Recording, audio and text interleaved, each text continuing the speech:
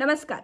Gujarat lobby के कार्यकाल के इतिहास में ऐसा पहली बार हुआ है जब आरएसएस के पीछे बाबाओं की फौज पड़ गई है। मोदी समर्थक बाबा मोहन भागवत के खिलाफ खुलकर उतर आए हैं। 15 साल से मोहन भागवत संघ संचालक रहे हैं। बीजेपी के अंदर जो फूट चल रही है संघ को लेकर के, वो अब बिल्कुल साफ तौर पर दिखने लगी है। कहा यह जा रहा है कि संघ की तरफ से अमित शाह को हटाने पर बड़ा जोर बनाया जा रहा है, बहुत दबाव बनाया जा रहा है, और उससे पहले गुजरात लॉबी संघ में ही तख्ता पलट करना चाह रही है। तो ये सब कुछ क्यों हो रहा है हमारे देश में? क्या हो रहा है? बाबा वर्सेस संघ का ये युद्ध कहां तक जाएगा, इस पर बात करेंगे। हमारे साथ आज डॉक्टर लक्ष्मण यादव जी हैं। लक्ष्मण यादव जी, आपका बहुत बहुत स्वागत है। जी बिल्कुल। इस समय कुछ भी संभव है। पता नहीं, मतलब संत कौन है, ऋषि मुनि कौन है। महात्मा कबीर ने बहुत पहले लिखा कि कबीर कलयुग कठिन है, साधन चिन्ह कोय, और कामी क्रोधी मस्करा तिहका आदर होए। तो कई बार तो मैं परेशान हो जाता हूं कि किसको संत माने, किसको योगी माने, किसको गुरु माने। लेकिन फिर भी जिस प्रचलित शब्दावली में या वेशभूषा में एक तबका दिखता है जो धर्म से जुड़ा हुआ अपने को मानता है। दूसरा, इस धार्मिक सांस्कृतिक राष्ट्रवाद का सबसे बड़ा संगठन जो खुद को बताता है वो है आरएसएस। तो दोनों का बहुत बहुत वाइस वर्सा रिश्ता है, बाबाओं का और संतों गुरुओं का इस तरह के, और आरएसएस का। क्योंकि जो ये संत लोग मानते हैं कि धर्म सबसे श्रेष्ठ एक आइडेंटिटी है, उस पर चल करके राष्ट्र का निर्माण हो, और उसी सांस्कृतिक राष्ट्रवाद को आरएसएस मानता है। तो हम लोग कई बार ये नहीं देख पाए कि इन दोनों के बीच ऐसा टकराव, ये तो एक तरह से शोध का विषय होना चाहिए। अब जरा इस बयान का गौर करें कि टकराव की वजह क्या आई। कि भाई मोहन भागवत जी ने एक बयान दिया। मोहन भागवत जी ने जो बात कही है वो शायद मोहन भागवत ने पहली बार नहीं कही। 2018 के आसपास, 19 के आसपास राम मंदिर का फैसला उस समय सुप्रीम कोर्ट में सुनवाई में चल रहा था। 19 के आसपास फैसला आता है। उस समय भी बहुत तनावपूर्ण स्थितियों के बावजूद बहुत सारे लोग ये मान गए कि भाई राम मंदिर का सवाल है। मैं जिस कॉलेज में पढ़ाता था, प्रज्ञा जी, उसका नाम ही था जाकिर हुसैन दिल्ली कॉलेज। हमारी आधे से ज्यादा फैकल्टी वहां मुसलमान है, पढ़े लिखे समझदार लोग हैं, स्टूडेंट, टीचर। कोई ये नहीं कहता था कि क्या हो रहा है क्या नहीं। ये हुआ कि अरे बड़ा दिन से विवाद है, चलो खत्म हो किसी तरह से। फैसला आने के बाद सब लोग ये मानते थे। और ये हुआ कि चलो अच्छा, सुप्रीम कोर्ट ने ये भी कह दिया कि भाई मस्जिद पर जो हमला हुआ वो गैर कानूनी था। सुप्रीम कोर्ट ने ये भी कह दिया कि बहुत एविडेंस नहीं, लेकिन जन भावना के तहत हम मंदिर वहीं बनने को दे रहे हैं। ये सब कुछ होने के बावजूद ये हुआ कि बन जाए, चलो एक चीज थी, अब हो गया। मोहन भागवत जी का शुरुआती बयान वहीं से शुरू होता है। उन्होंने कहा कि राम मंदिर एक था, बड़ा आस्था का सवाल था, अब हर मस्जिद के नीचे से मंदिर खोजना ठीक नहीं। उसके बाद विवाद बढ़ाना ठीक नहीं, क्योंकि यही आरएसएस था जिसके लिए कहा जाता था कि लगभग 3000 ऐसे धार्मिक स्थलों की सूची इन्होंने बना रखी है कि जिसके नीचे से उन्हें मंदिर खोजना है, और वो सब कुछ है। उसके बाद फिर अभी कुछ दिन पहले उन्होंने भी ये बयान दिया फिर से, जब ये ज्ञान वापी का मामला चल रहा था, 2022-23 की बात थी। फिर मोहन भागवत ने यही बात बोली। अब उन्होंने फिर से बोला। और एक चीज और जोड़ दूं, जैसे ही 4 जून 2024 को नतीजे आए आम चुनाव के, 6 जून 2024 को मोहन भागवत जी के बयान आए, और उन्होंने कहा कि अहंकार बहुत बुरी चीज होती है, अहंकार ठीक नहीं होता, बहुत कुछ खत्म हो जाता है। तो अब आपके सवाल का जो दूसरा हिस्सा था, मुझे गुजरात वाला कनेक्शन कुछ यहां से नजर आ रहा है। ये आरोप लगाया गया कि भाई चुनाव में बहुत मदद नहीं की आरएसएस ने, चुनाव हरवा दिया। अच्छा, आरएसएस अगर चुनाव हरवाता तो अयोध्या हरवा देता। आरएसएस कभी भी और जगह पे चुनाव हरवा देता। इसका मतलब ऐसा नहीं है कि जो चुनाव वो हारे हैं वो केवल आरएसएस साथ नहीं दे रहा था इसलिए। आरएसएस ने साथ दिया इसलिए जीते भी। लेकिन हाँ, कोई झगड़ा तो है भीतर भीतर, जो ये वाक्य अब मोहन भागवत जी से बुलवा रहा है कि हिंदुओं के कुछ लोग बड़े नेता बनना चाहते हैं। अब बड़े नेता बनना चाहते हैं, तो बीजेपी में झगड़ा है कि मोदी जी बड़े नेता होंगे कि योगी जी होंगे। योगी जी उसके बाद, अभी मैं पिछले एक हफ्ते में 2 बार उन्होंने भाषण दिया, दोनों बार उन्होंने 500 साल का जिक्र किया। दोनों बार उन्होंने कहा कि अगर एकजुट नहीं रहे तो वो औरंगजेब वाला शासन फिर से आ जाएगा, हम्म हिंदुओं एकजुट हो जाओ। नारा योगी जी की यहाँ से हम्म निकला था कि और बटेंगे तो कटेंगे। अंबेडकर के बयान अपमान के बाद भी इस तरह की जो बात उठी, तब भी संघ बहुत नाराज दिखा और कहा जा रहा है कि संघ सबसे ज्यादा दबाव बना रहा है अमित शाह के इस्तीफे को लेकर के। एग्जैक्टली मैं वही आ रहा था कि मुझे लग रहा है प्रज्ञा जी कि कुछ तो अंदर ये हो रहा है, और ये हम्म भारतीय जनता पार्टी के भीतर का झगड़ा है। और ये बाबाओं की भारतीय, फौज जो उतार हाँ, दी गई है। और अरे ये ऐसी जो, रामभद्राचार्य जी तो अपने आप को मोदी का मित्र बताते हैं, मोदी जी के मित्र बताते हैं कि हम मित्र हैं उनके बचपन के। तो वो कहते बचपन हैं के, कि संघ को तो जानकारी ही नहीं है धर्म की कि धर्म क्या होता है।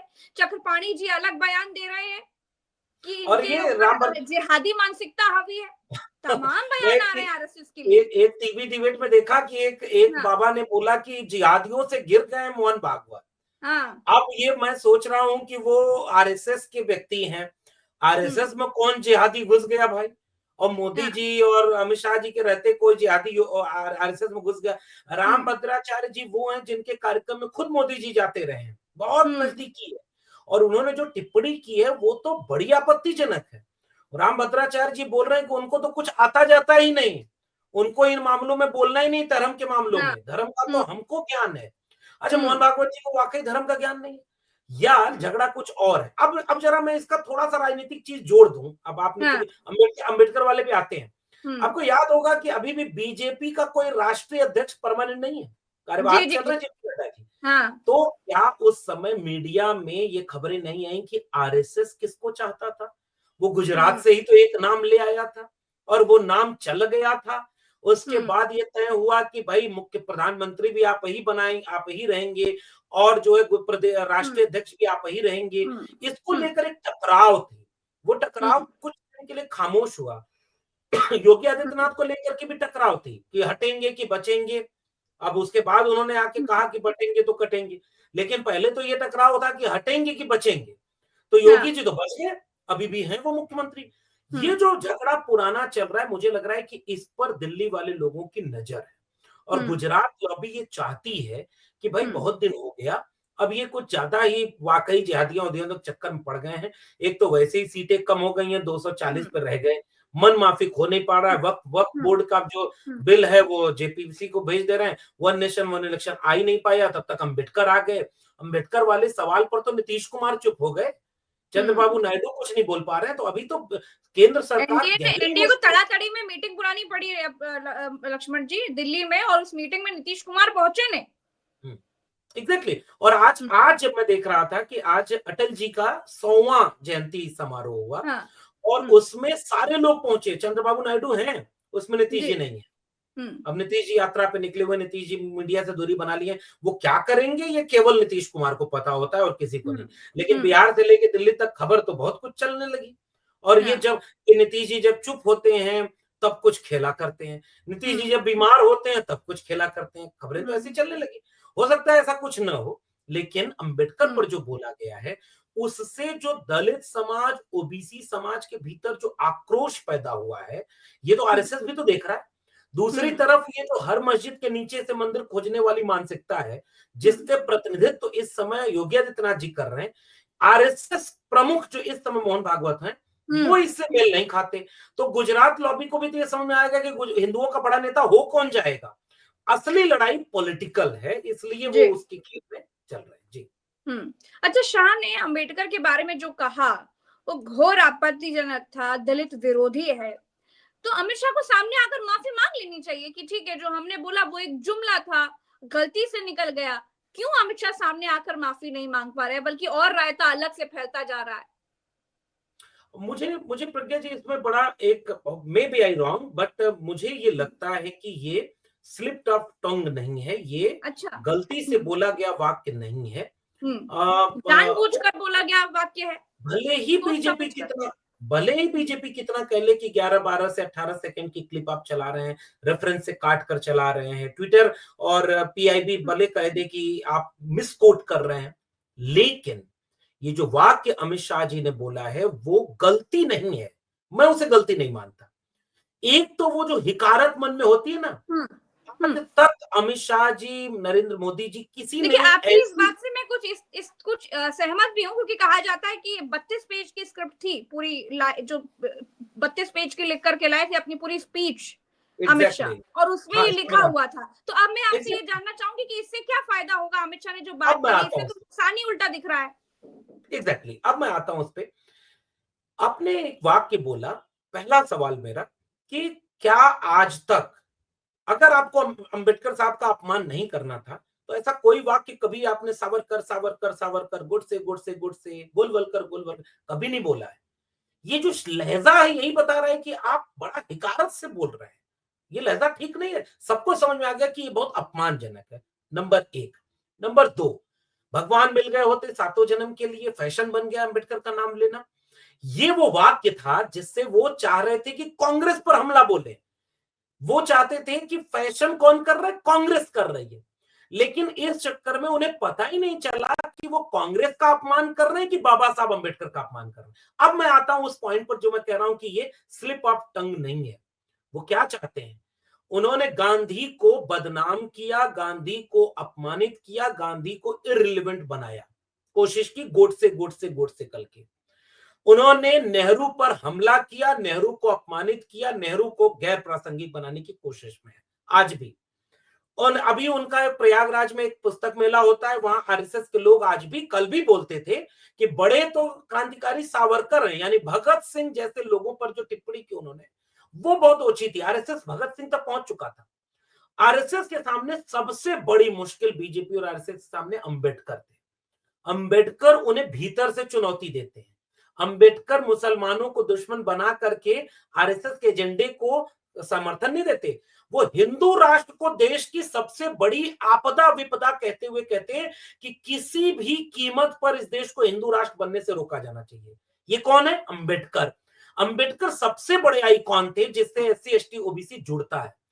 आखिरी हमला अंबेडकर पर किया गया है, इसलिए मैं इसे एक सोची समझी रणनीति कह रहा हूं।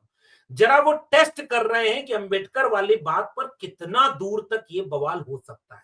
इसीलिए प्रज्ञा जी, जब आप प्रेस कॉन्फ्रेंस करने आ रहे हैं तो आपने बिल्कुल ठीक कहा, एक वाक्य बोलना था। मेरी मेरी मंशा ये नहीं, ये थी। और अगर फिर भी किसी की हम्म। भावना आहत हुई है तो इसे जुमला समझकर मुझे माफ कर दिया जाए। हम्म। प्रधानमंत्री 6 ट्वीट करते हैं, गृह मंत्री जी। अमित शाह क्या नहीं देख रहे कि बहुजन समाज पार्टी जैसी पार्टी जो कवर करने की कोशिश करते हैं। हर एक मुद्दे पर बीजेपी के समर्थन में खड़ी हो जाती है, वन नेशन वन इलेक्शन पे अभी हाल ही में खड़ी हुई। हम्म। कांग्रेस विरोध कर रही है, सपा विरोध कर रही है, जनता विरोध कर रही है, बसपा भी विरोध कर रही है। इसका मतलब आपको डैमेज बड़ा हो रहा है। लेकिन फिर भी मैं कह रहा हूं ये एक टेस्टिंग हो रही है कि अगर हम्म। अंबेडकर के नाम को, सम्मान को भी अगर ये समाज नहीं बचा पाया तो हम्म। संविधान का विमर्श कमजोर होगा और मनुस्मृति का विमर्श वापस खड़ा हो जाएगा। तो एक बहुत बड़ी परियोजना है ये, एक बड़ी हम्म। परियोजना के तौर पे देख रहा हूं। इसीलिए अमित शाह जी माफी नहीं मांग हम्म। रहे हैं। अभी भी वो टेस्ट कर रहे हैं, अभी भी वो हम्म। देख रहे हैं कि कितना दूर तक जाएगा और कितना ये उनका नुकसान करेगा। तो इसलिए एक बहुत बड़ा हमला सोशल जस्टिस की पॉलिटिक्स पर है, हम्म। जिसको कांग्रेस आगे ले जाना चाह रही थी, जिसको सपा आगे ले जाना चाह रही हम्म। थी, वो हम्म। पॉलिटिकली भी इसे हैंडल करना चाह रहे हैं और कल्चरली भी। इसलिए वो अच्छा। माफी नहीं मांग रहे। जी। अच्छा, बाबा साहेब वाले बयान के बाद अमित शाह ने जो बयान दिया, उसके उसको 8 दिन हो गए हैं। आप तो समाज के बीच में रह रहे हैं, आप लोगों की प्रतिक्रिया बेहतर समझ रहे होंगे। तो आप लोगों की क्या प्रतिक्रिया देख रहे हैं लक्ष्मण यादव जी? और क्या इस देश के दलित समाज के सामने भाजपा पूरी तरह से एक्सपोज हो चुकी है? एग्जैक्टली मेरा मानना ये है कि भारतीय जनता पार्टी वो पार्टी है जो आरएसएस की बड़ी उसका मातृ संगठन आरएसएस है। हम्म। आरएसएस वही पार्टी, और आज तारीख देखिए 25 दिसंबर है जब हम और आप हम्म। बात कर रहे हैं। हम्म। 1927 में बाबा साहब अम्बेडकर ने एक किताब को जलाया था, और बहुत गंभीर बात यह है कि डॉक्टर अम्बेडकर ने जब कोई किताब जलाने को चुनी है तो आप कल्पना करिए, जो व्यक्ति 1.5 दर्जन डिग्रियां रखता है, लिख करके जवाब देना जानता है, उसने एक एक शब्द, एक एक श्लोक, एक एक चीज का लिखित जवाब दिया, लेकिन एक किताब को जलाया, वो मनुस्मृति थी। वो उन्होंने कहा कि भाई ये इतना हिकारत भरी हम्म। चीज है कि जिसको कभी भी कोई स्वीकार ही नहीं कर सकता अगर मनुष्य है तो।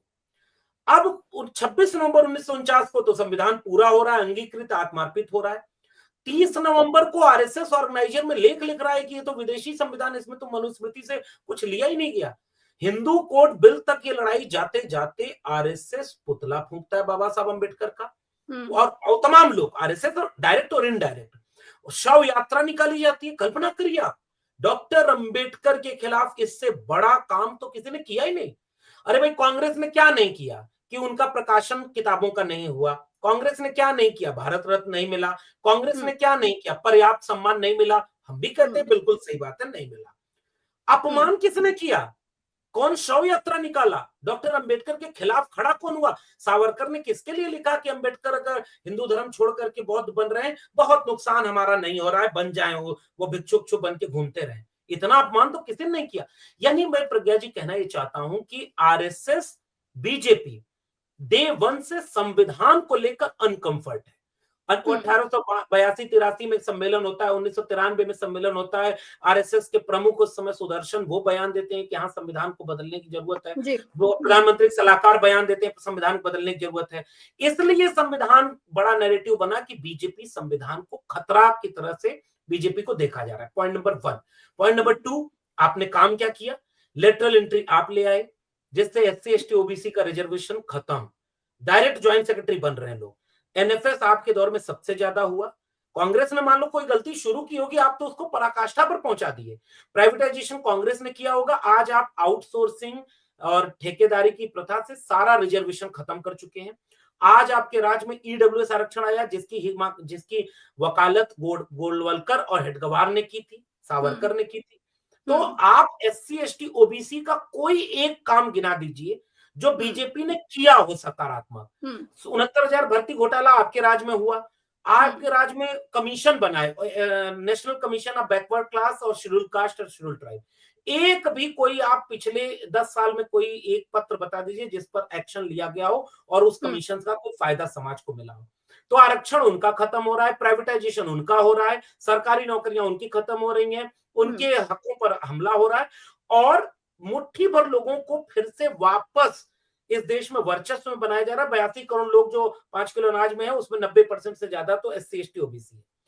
ये चेतना गांव तक पहुंच गई है। और आपके सवाल का जवाब सीधा ये है कि बहुसंख्यक पढ़ा लिखा बहुजन समाज ये जानता है कि अंबेडकर का विरोधी कौन है और संविधान का विरोधी कौन है, और बीजेपी के कारनामे बताते हैं। इसको छिपाने के लिए कितना भी वो कहें कि ओबीसी प्रधानमंत्री हैं, दलित राष्ट्रपति रहे, फिर महिला आदिवासी राष्ट्रपति हैं, मुख्यमंत्री मोहन यादव को बना दिया, देखो आदिवासी साय को बना दिया, इससे छिपेगा नहीं। हक उनका छीना जा रहा है और उनको सिंबल दिए जा रहे हैं। समाज ये जानता है कि आप कुल्हाड़ी में लगी लकड़ियों को, ये कहा गया जंगल की लकड़ियों के साथ दो, वो तुम्हारे बीच की है। तो कुल्हाड़ी का साथ अब इस देश का एससी एसटी ओबीसी समाज नहीं दे रहा। और ये कॉमन सेंस मैं ग्राउंड का बता रहा हूं, क्योंकि मुझे मौका मिल रहा है, मैं पूरे देश में जा रहा हूं। लोग ये जानते हैं। हाँ, आप आखिरी समय में चुनाव भले जीत जाइए, उसके 50 वजह हैं, लेकिन आप सामाजिक न्याय के हितैषी नहीं है, ये बात जनता समझ। जी। अच्छा, अंबेडकर का नाम लेने से लक्ष्मण जी स्वर्ग नहीं मिलता है, ये बात जो अमित शाह ने कही, तो अमित शाह को ये बात कैसे पता चली और ये बात दर्शाता क्या है? असल में ये सवाल फिर पलट के ये होता है कि किसका नाम लेने से स्वर्ग मिलता है और अमित शाह जी को मिला क्या? मतलब क्वेश्चन नंबर 1, अमित शाह जी कितनी बार स्वर्ग देख चुके हैं, कहाँ गए, क्या हुआ, कितने लोगों को स्वर्ग मिला है, स्वर्ग मिलता कैसे है, किसका नाम, छोड़ देते हैं, ये हास्यास्पद टिप्पणी है। डॉक्टर भीमराव अंबेडकर स्वर्ग नरक जैसी अवधारणा के ही खिलाफ थे। जो एबीसीडी भी डॉक्टर अंबेडकर की जानता है, वो बताएगा कि डॉक्टर अंबेडकर उस शख्स का नाम है जिन्होंने, मेरे पीछे एक किताब है, एक संविधान सभा की डिबेट है, और उसके ठीक ऊपर देखिए अंबेडकर समग्र है। और अंबेडकर ने इन हजारों पन्नों में अपने समाज को लिख के ये बताया कि तुम्हारी आर्थिक, सामाजिक, राजनैतिक, सांस्कृतिक जो जिंदगी नरक बन गई इस देश में, उसके कारण क्या है, कैसे वो तुम मानसिक रूप से गुलाम बने, फिर आर्थिक रूप से गुलाम बने, तुम कैसे, तुम्हारे साथ अन्याय हुआ, हजारों पन्नों में डॉक्टर अंबेडकर ने लिखा है। और जीते जी अपने लोगों को इसी देश को स्वर्ग बनाने और स्वर देने वाले नायक का नाम है डॉक्टर अंबेडकर। उनके लोग पूजते नहीं। डॉक्टर अंबेडकर ने खुद कहा था कि नायक पूजा बहुत गड़बड़ चीज है, पूजना नहीं होता, पढ़ना होता है। डॉक्टर अंबेडकर अपने वंचित शोषित और वंचित शोषित ही क्यों कहूं, महिलाओं को maternity leave, child care leave और उसके हुँ, बाद काम के घंटे पुरुषों से कम, वेतन पुरुषों से के बराबर, ये महिलाओं के लिए इतने हक अधिकार दिलाने वाले नायक डॉक्टर अंबेडकर। 5 अखबार निकालते थे, प्रबुद्ध भारत, मूक नायक से लेकर प्रबुद्ध भारत तक 5 अखबार, पत्रकार अंबेडकर। उसके बाद फिर बैंकों के ऊपर उन्होंने बाकायदे पत्र लिखा, विदेश में जो उनकी थीसिस थी, the problem of Indian rupees, जिससे जुड़ करके आरबीआई बना, अर्थशास्त्री डॉक्टर अंबेडकर। उसके बाद मिल मजदूर एसोसिएशन, किसान कामगार एसोसिएशन, काम के घंटे, वेतन, भत्ते, ग्रेचुटी, पे ग्रेड, इन सब का खाका खींचने वाले एक अर्थशास्त्री अंबेडकर। उसके बाद फिर ओबीसी को उनका हक दिलाने के लिए अनुच्छेद हुँ, 340, अनुच्छेद 15(4), 16(4), वो अंबेडकर। शेड्यूल कास्ट के लिए तो नायक और मसीहा है अंबेडकर, जिनको खटिया पर नहीं बैठने, गले में हांडी, पीठ पर झाड़ू, उनके लिए देवता से कम नहीं है डॉक्टर अंबेडकर। वो आज भी मैं कह रहा हूं कि ये जो बोला गया है, अभी तो हमारा समाज उस तरह से समझ नहीं पाया, वरना डॉक्टर अंबेडकर इस देश के लोगों के लिए क्या है, मैं तो उन लोगों को जानता हूं।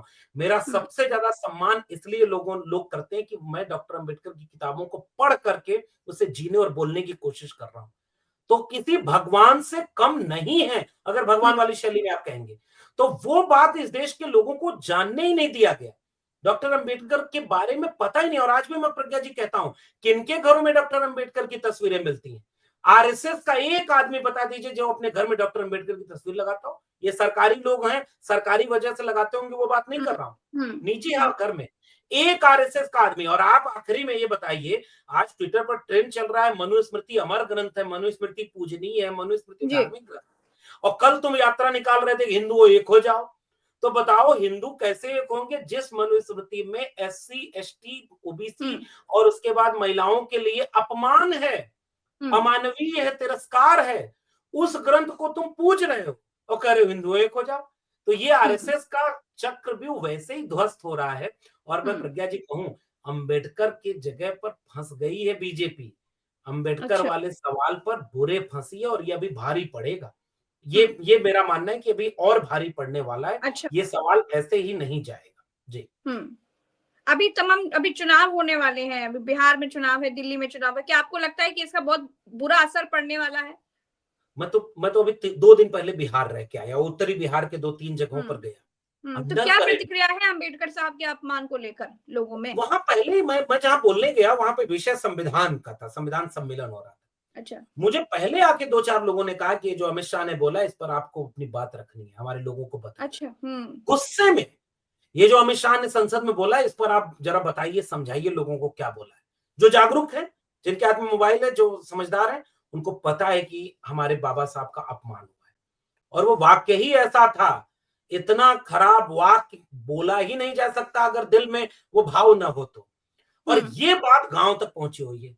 और कई लोग तो, मैं जब वहां से लौट रहा था, जी, जो जो मेरा ड्राइव कर रहा था सारथी गाड़ी का, हुँ, मैंने उससे पूछा कि भाई क्या लगता है? कहा कि हुँ, नीतीश अच्छा इस बात से नाराज है। अब मुझे नहीं पता कि वो अच्छा, कितना सही बोल रहा है, क्या बोल रहा है। हुँ, उसने कहा कि भैया आपने एक चीज देखी, नीतीश कुमार, जेडीयू ने एक पोस्टर जारी किया है कि जब बिहार की बात हो तो नीतीश कुमार की बात नीतीश हो। कुमार को, कुछ कुछ दिन पहले एकनाथ शिंदे के साथ जो किया, उसकी खबर तो बिहार तक पहुंची ही है ना, कि बाद में हमारा क्या हुँ, होगा। और हुँ, उसके बाद कई तरह की तैयारियां, 2020 में चिराग पासवान को अलग लड़ाकर किसको कमजोर किया गया, हाँ, नीतीश जी को पता है। इसलिए बहुत कुछ अभी बिहार में कुछ संभावित है। और बिहार वो जमीन है जिसमें हुँ, ये सोशलिस्ट बैकग्राउंड के लोग हैं। नीतीश कुमार को मैं जी, अभी भी कह रहा हूँ, हुँ, नीतीश हुँ, कुमार का एक बयान आप नहीं पाएंगे जो नफरत का, हिंसा का और सांप्रदायिक बयान। नीतीश हुँ, कुमार उस मिजाज के आदमी नहीं। हाँ, कुर्सी प्यारी है, वो धोखा देके कहीं भी जा सकते हैं, वो उनकी पॉलिटिक्स है। इस चीज से, और मस्जिद के नीचे मंदिर खोजना, जो जो सांप्रदायिक चीज चल रही है। अच्छा, हुँ, वो यात्रा क्यों बंद हो गई? अखिलेश यादव ने पूछा था, वो यात्रा क्यों बंद हो गई? जो इनका थी, बेगूसराय के सांसद हुँ, गिरिराज सिंह, वो अच्छा, वही हाँ, पर, वो यात्रा वहां बिहार में चल रही थी, बंद हो गई, अभी नहीं चल हुँ, रही है। हाँ, बिहार बिल में जो हो रहा है, वो मैं हुँ, मानता हूं कि भी इस प्रकरण के बाद बिहार में और भी बहुत कुछ हो सकता है। हुँ, भविष्यवाणी तो नहीं कर रहा हूं, बाबा नहीं हूं, लेकिन मैं इतना जरूर जान रहा हूं कि कुछ कुछ पक रहा है। ये हुँ, असर देखिए वो वहां पे मिलेगा। उत्तर प्रदेश में बसपा भी सड़क पर उतर गई, सपा ने एक पर्चा घोषित कर दिया। गांव हम्म गांव पीडीए के लोग ये बताएं कि हम्म बाबा साहब का अपमान हुआ है और संविधान बचाने वाले लोग अब इसको बर्दाश्त नहीं करेंगे। तो यूपी में क्या हम्म होगा?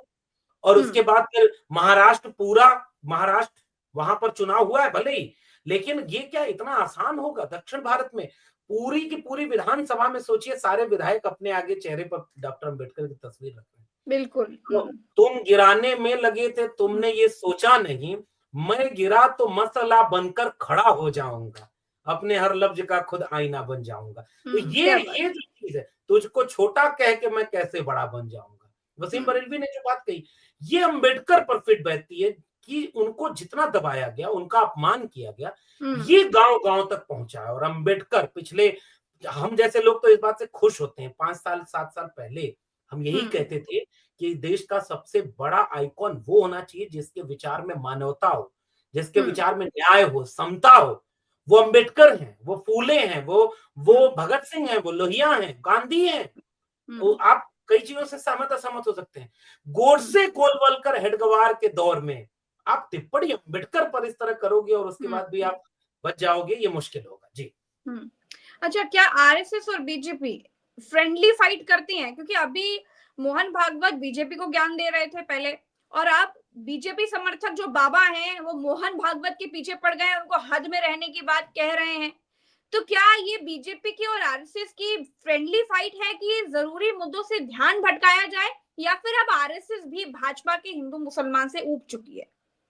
अब आरएसएस हिंदू मुसलमान से ऊब जाए, थोड़ा मुझे ये उचित नहीं लगता। हाँ, वो ये जरूर चाहते होंगे, जैसे कुछ लोग, जैसे मोहन भागवत, हो सकता है कि वो उनको ये लगे कि शाखाओं का विस्तार तो हो ही रहा है, हिंदू राष्ट्र बनने की दिशा में काम हो ही रहा है, हम्म हमारे लोगों की आर्थिक मजबूती हो ही रही है, शिशु मंदिर खोल रहे हैं, संकल्प हॉस्टल बन रहा है, हर तरह के संस्थानों पर हम्म हमारे लोगों का कब्जा हो ही चुका है। एक हम्म देश का कोई विश्वविद्यालय आज आप नहीं पाएंगे, डिग्री कॉलेज नहीं पाएंगे जिसमें प्रिंसिपल, वाइस चांसलर आरएसएस का आदमी ना हो। हम्म एक भी इंस्टीट्यूट, मैं कई ऐसे बड़े अधिकारियों को जानता हूं जो देश चलाने वाले मंत्रालय हैं, हम्म उसमें आरएसएस के लोग बैठते हैं। बड़े बड़े ब्यूरोक्रेट कहते हैं कि साहब हम तो फाइल पर साइन करते हैं, हम्म चला तो आरएसएस रही है, कोई अधिवक्ता संघ चला रहा है, कोई किसान संघ हम्म चला रहा है, कोई हम्म ये सारे संघ चला रहे हैं। तो आरएसएस का कब्जा पूरे देश पर हो चुका है और ये एक हम्म चुनाव से हारने जीतने का सवाल अब बचा ही नहीं।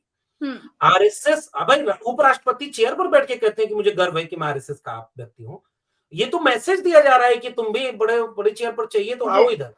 तो हम्म आरएसएस का फायदा तो हो चुका है। हम्म बीजेपी का फायदा ये हो चुका है कि पैसा इतना है कि 100-200 साल कोई चुनाव हारने की स्थिति में दिख नहीं रहा है, अगर पैसे से सब होगा तो। हम्म जितने जिले नहीं है देश में, उतने कार्यालय बीजेपी के बन चुके हैं।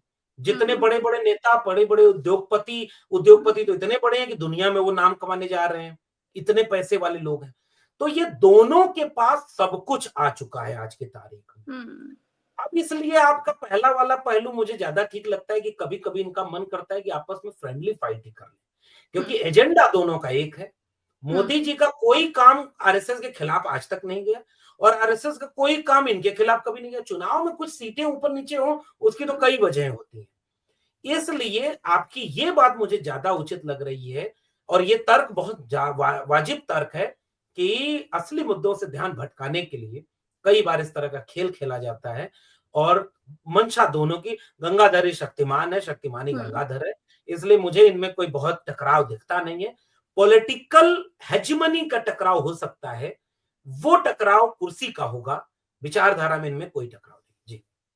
चलिए, बहुत बहुत शुक्रिया लक्ष्मण जी, आपने समय दिया। दर्शकों का भी बहुत बहुत आभार। हम फिर मिलेंगे अगली चर्चा में, अभी के लिए इतना ही। हमें दीजिए इजाजत।